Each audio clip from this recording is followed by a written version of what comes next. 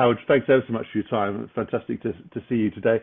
I'm a big admirer of your work, and I've been reading some of your recent work about, obviously, the impact on the coronavirus pandemic on strategies and companies, Yeah. particularly in ecosystems. Your piece in HBR. Just to start off and set the scene, in your view, how has, if you like, this global pandemic Mm. changed your thinking on how Yes. strategy should be designed and executed? Right. So no, no doubt, a lot of observers have observed the coronavirus outbreak. Essentially, it's almost like an accelerator or as an accelerant to accelerate sort of secular trend that executives have been talking about over the last 5, 6, 7 years, right? So all of a sudden, we are almost traveling through a time capsule. And what we're seeing is organization across sector, by sector, is not just the big tech giant are winning, but if you take sector by sector, those who recover quicker than others, as an early illustration or early indication measured by the stock price performance, for instance, those are the one before the crisis, they invest disproportionately in all sorts of transformation. So some of these are tied to the classic digital transformation. Some of these are related to organizational structure. Some of these among retailers, for instance, or global brand, this idea of building direct to consumer interface. So what we are seeing is organizations that have actually able to realize their strategic intent ahead of time are the ones that are recovering quicker than others in terms of restoring their growth prospect, as reflected in the stock price performance. So, the retailing space, right? Everyone get hit except for Amazon, right? But even within the retailers Target, Walmart, and even Nike are recovering much faster. If not, they are even surging as compared to companies such as JCPenney's and Macy's, etc. Those are the ones who understand the necessary transformation, but they couldn't execute fast enough. So I think what these COVID-19 have illustrated is we've got to focus more, particularly now, how can organization accelerate the realization of those intent? So that is the biggest key takeaway that I have observed over the last 6 months-ish.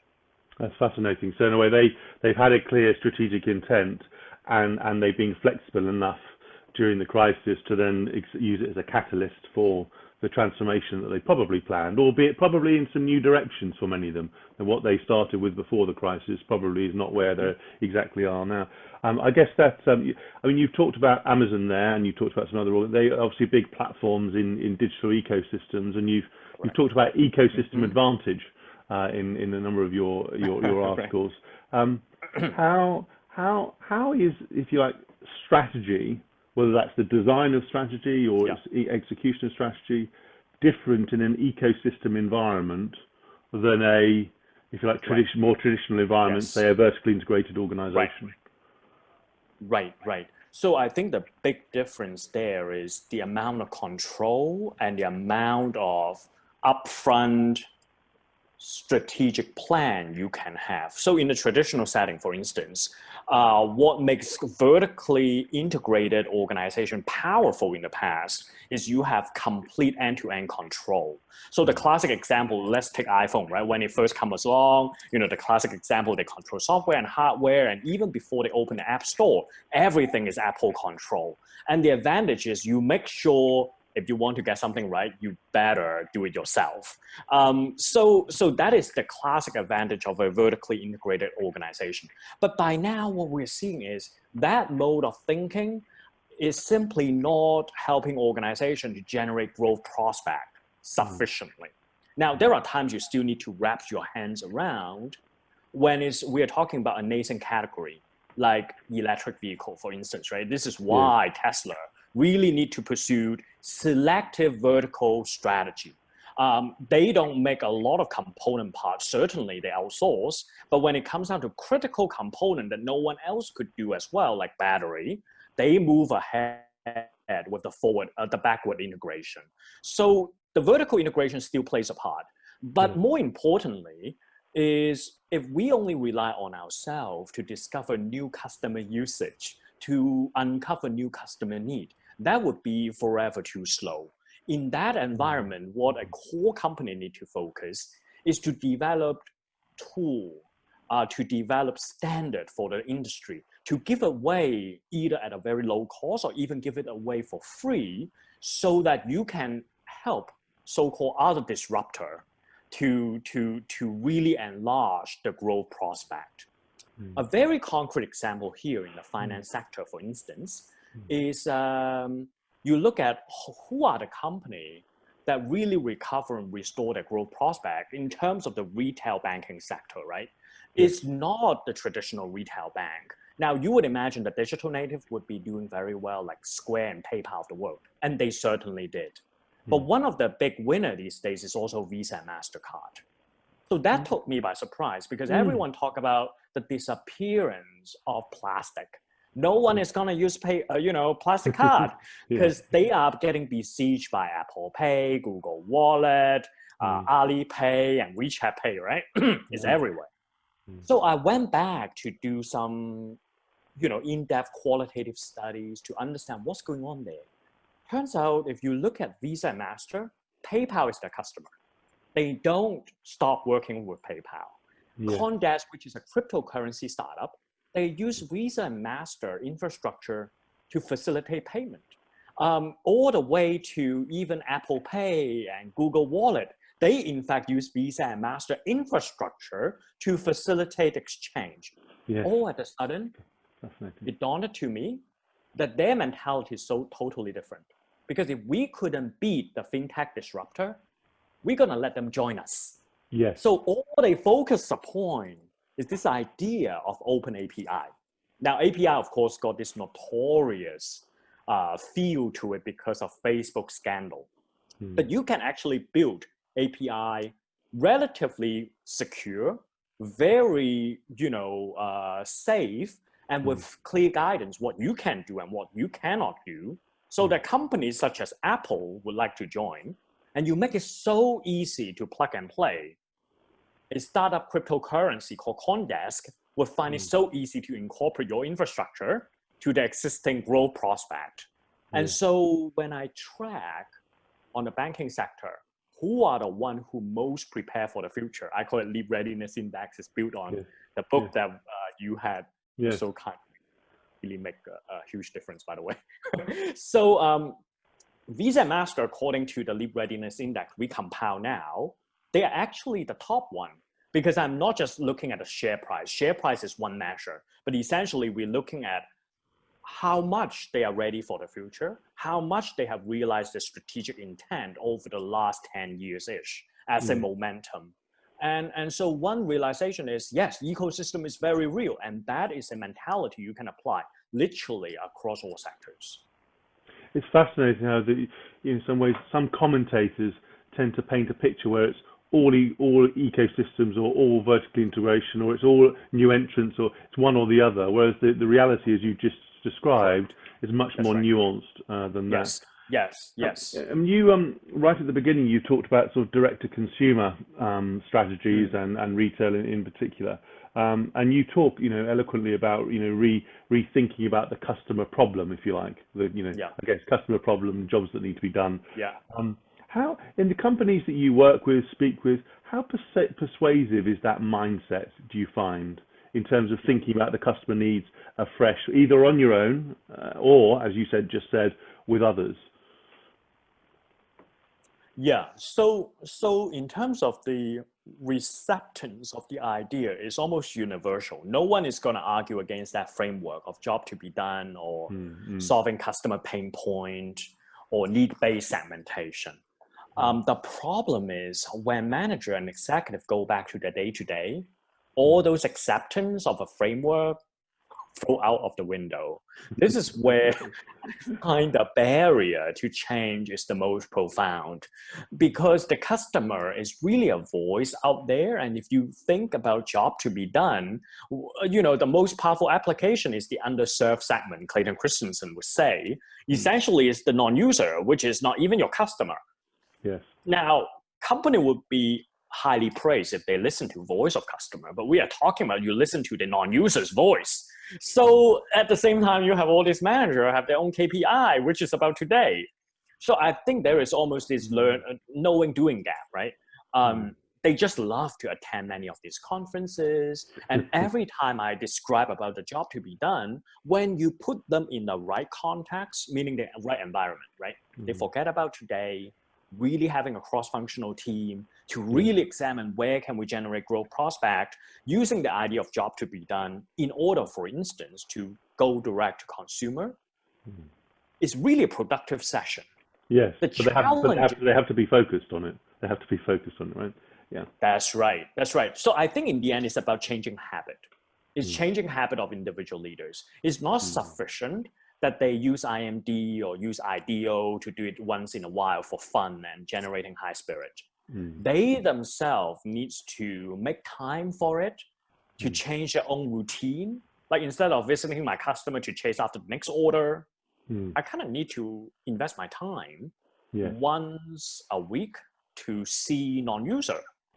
Or as the organization, instead of just going through the daily grind, I'm going to block a time as a team. We're going to do it routinely to really apply this mentality to solve new issue when we conceptualize new products. So I think it's this cultivation of new habit, which makes it harder than the acceptance of the you can't just flick a switch. You can't just flick a switch. It's interesting you talk about habits there and sort of changing behaviours, because I guess in strategy as a whole and innovation specifically, a lot of it is around, as you say, encouraging new ways of thinking and doing, and I guess believing. And in a way, sort of, if you come back to the academic world, and I'd be interested in your take on this, of course, a sort of an integration and alignment between, if you like, strategy and innovation faculty and behavioral science and organizational behavior. Oh, yes, that's Is that something you see more of these days? Now, this is absolutely. Why? Because, if I roll back in time 5, 6, 7 years ago, the idea of platform strategy, AI, etc., ecosystem is sort of esoteric. It's new stuff. It's hard. It's new stuff that people first need to grasp the idea. Like even software is going to eat the world 5, 6, 7 years ago. People may not accept that as a fact of life. Today is very different. It's enough of publicly available information. It's enough of corporate bankruptcy that people understand this is for real. So I think what you observe in terms of the trend, the merge between the two domains, is simply the maturity of common knowledge.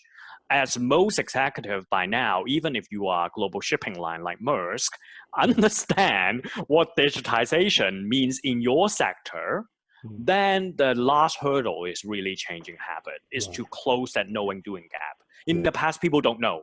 When Clay Christensen talked about disruptive innovation 10 years ago, people really don't know. Now people practically knows everything. So I think we are moving into a new direction for business school education, for instance. That's fascinating. You talk in your book and your work around, if you like, obviously leaping from companies that have successfully done, leaping from one knowledge system to another, and obviously the components of what it takes to leap. I think you set out 5 components that it takes. What are the knowledge? This is an aggregate question. Of course, every company is unique. But what are the knowledge systems that you look at now, and maybe in the future, that you think have some promising features and characteristics that if you were speaking to the CEO of a company and you said, you know what, I've seen that aspect of that characteristic, it's definitely worth a look. What would be on your, going back to the retail example, what would be on your shopping list? Right. So, so the number one shopping list in my mind are this idea, no matter what sector you're in, whether you're a manufacturer or healthcare provider, all the way to financial institution, to heavy machine makers. I think one big thing now becomes inevitable, is even more pronounced than at the time I was trying to articulate in the book, is this idea of software first, AI-driven organization. Like you just need to do that. Whether you are a classic manufacturer making vacuum cleaner like Electrolux, You've got to think about how you make something, all the decision-making process inside the company as automated as possible. That's number one. How your offering would leverage all these advanced robotics, that for sure, whether it's factory or the end product itself. But fundamentally, what you want is to ride on AI to automate as much decision as possible. If you have a direct customer-facing angle, a B2C operation, then what you want is to connect to consumer direct, to curate your offering, to forge new habits through subscription model. And all of these personalization, there's no human behind. So I think this, like, you know, the idea that any routine you're going to automate and redeploy your human manager to do new business development, it's just inevitable. I'm seeing if you don't do it yourself, you know, your competitor would do it. And then you'll be in a very severe disadvantage. So on my top shopping list, I would say, like, for everyone under the sun, is like software first, AI driven organization. Okay, that's fascinating. I'd love to drill down on that and just, Okay. if you like, think about AI and think of, if you like, the strategy and strategy or the specific innovation engine within organizations. Yeah. I've been intrigued with this question of how AI could play a role or a more prominent role in that. It's quite interesting that if you look at AI, it applies to customer service in terms of either bots or helping people understand sentiment analysis of customers. It's in HR, it's in sales and other activities. And then you look at the sort of strategic function in an organization, and you sort of think, well, you'd sort of think that would be important in an organization, you'd hope. Why isn't AI being used to, for example, spot patterns in data that perhaps aren't obvious, or automate certain functions? And I just wondered, to what extent do you think AI could or should play a more prominent role in, if you like, the strategic and innovation engine in an organization? And indeed, have you seen it in organizations playing a role? Yeah, so there is a fundamental limitation on AI. Because I remember last year, a bunch of colleagues together with me, we all went to Silicon Valley, not to talk to tech giant, but visit UC Berkeley and Stanford to talk to data scientists to understand what's the limitation of AI. Because the last thing I want is to visit Waymo and they're going to tell you it's going to be great. So I want to understand the limitation. And fundamentally, among the data scientists, these guys basically said it's the way these machine learning methodologies really data intensive. Yes. You literally, you need to pull millions of pictures of cat and dog before the computer figure it out. Now, of course, after the training, it's great, but you need so massive amount of data. Then the question becomes a strategic decision. These are few shots decision. Like an organization don't acquire a company every day. They acquire every other year, maximally. And that becomes a domain that is harder to automate as a result. Now, doesn't mean that AI makes play no role. No, not at all. Huge role to augment these decisions. So for instance, right, a lot of these C-suite executives, even today, they have, particularly during the COVID crisis, you see a lot of SWAT team and talking about agility and things like that, but it's so manual based, these logistic adjustment, right? It shouldn't be the case. What's going on there? Because the backend is not AI driven. So the way I see it is like, let's not go for the moonshot, because the technology, the underpinning of machine learning is not for few shot learning. Right now, it's still for a lot of data. So if we're having a mismatch, then we're just gonna get disappointed. Versus in, say, in the banking industry, right? To detect credit risk, to detect, suspicious transaction that looks like money laundering activities, this worked really well. And company do that. But the beauty is, once you have automated this mundane, then you can have aggregate pattern so that the manager actually focus on exemption and make human judgment along the way. I think why it's very hard to automate is also when it comes down to strategic decision, it requires creativity. Creativity, as a definition, is recombination of idea from other domain. Machine learning doesn't do that. It doesn't import across domain. No, It's takes the at least data, but by you give now, it correct. effectively. Yeah. Correct. So Yeah. this is the way I understand, No, that's very good point. at least in the right now, 2020. No, I agree with that. I guess it could give with the patterns that, for example, it could detect. It gives the clarity and it gives the space for judgment to play That's a more right. prominent role. That's right. I mean, you talk about coming back to strategy. You talk about strategy isn't about achieving perfection. It's about shortening odds. Yeah, Phrase. that's right. If you come back to sort of the post-pandemic period and beyond, I know different countries are at different stages, Yep. and I don't want to talk about the UK given how it's been managed or not. But if you look to the future, what else do you think leaders should be doing to, if you like, to shorten their odds in order to make their strategies more successful? Yes. What are the sort of themes and Yes. features that you see? So I think organization design, decision-making processes, we are really behind. So what the COVID pandemic have forced company to work really, really hard is, of course, on supply chain. Everyone talks about that. Yes. On omni-channel and e-commerce, for sure, everyone do that. Data analytics, as a result, they need to respond fast. So they have poured in a lot of effort. But we haven't talked too much around organization design and the whole idea of how decisions are being made.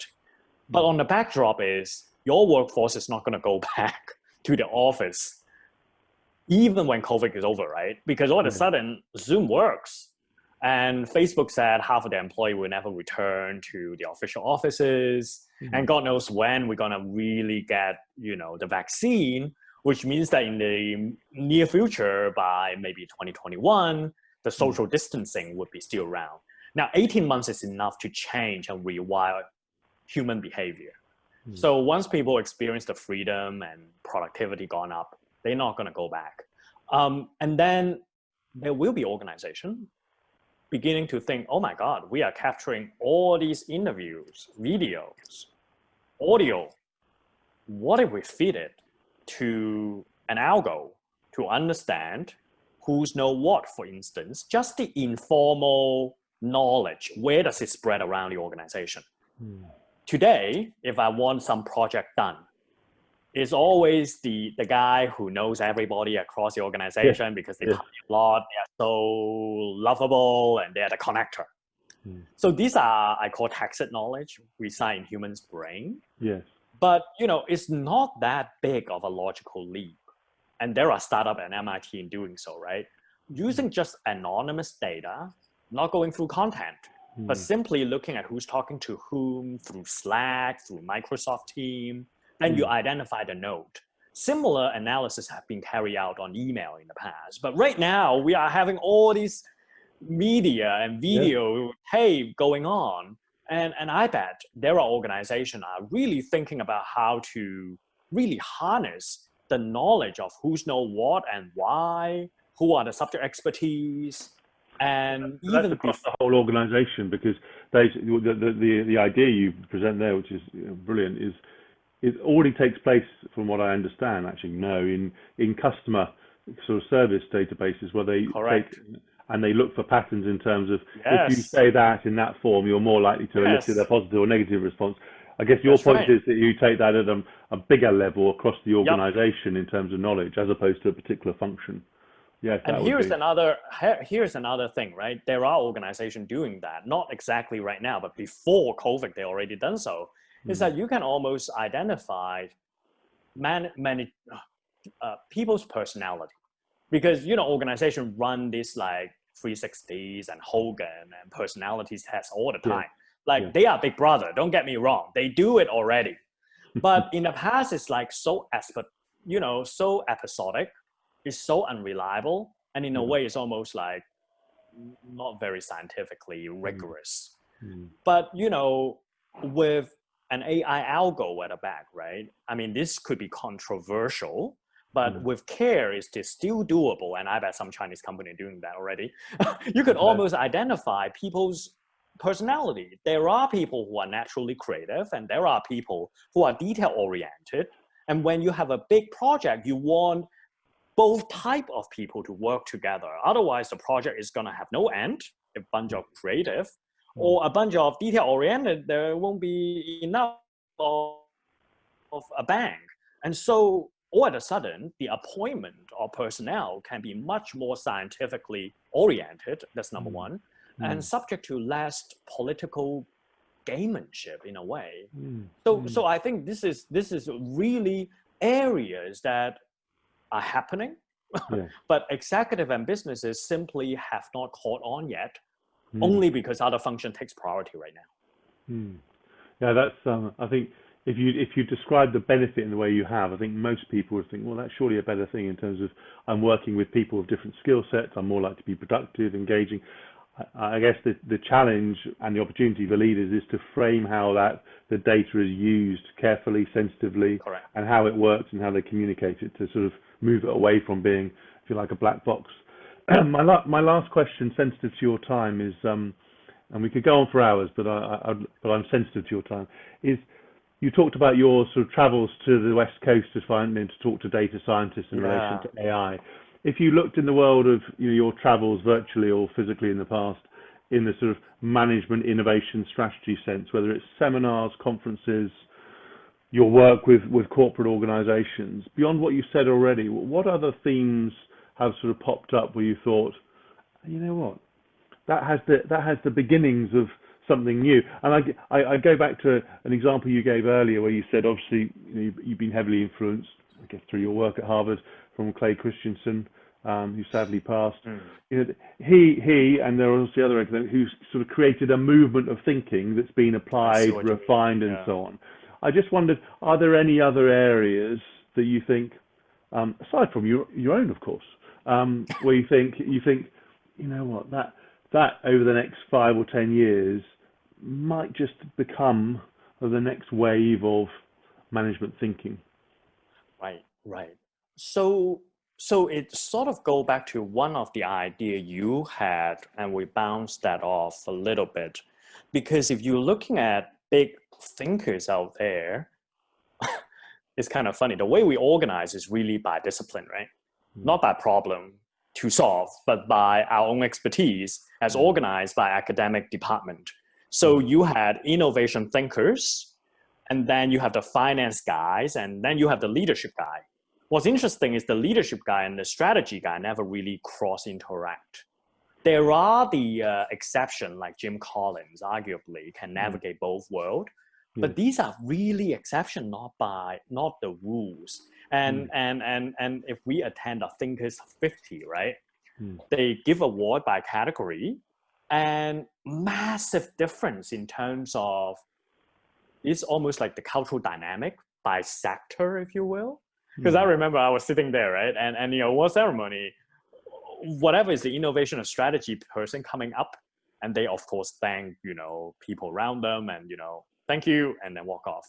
And then you have the leadership people coming up and just went on forever, tears on the face, and just a professional identity is night and day. It's fascinating. And we talk about now, it's like whatever needs to be written about strategy, particularly for the near future, we kind of know that. It's like in my work, sometimes organization will ask me, like, you're a strategy professor, so how would you, tell me what you're going to teach? And when I describe, area topic that I teach, they all like it. But then what they're asking for, the delivery is really the call for action. Is really around mobilizing people to stay curious, to be agile and try and learn and not afraid of mistakes. It's almost the strategy is a pretext to get the C-suite executive to write a check. But the ultimate process is leadership. Now, however, the leadership people really can, oftentimes I observed, is maybe it's their lack of interest in the topic, that they won't feel as comfortable to talk about platform strategy. And what does it mean as the behavior of a team, right? So if you are opening up yourself for other fintech disruptor to plug and play, it's a mentality of frenemies. Now, it requires different type of conversation, negotiation. Indeed. So that dichotomy, I think, is outmoded, is primarily driven by academic circle. And for the next few years, if one thing I bet on is because of the maturity of strategy thinking, is going to be the merge. The other area, more around the strategy angle, if I may, would be also another merge between the School of Government and business school.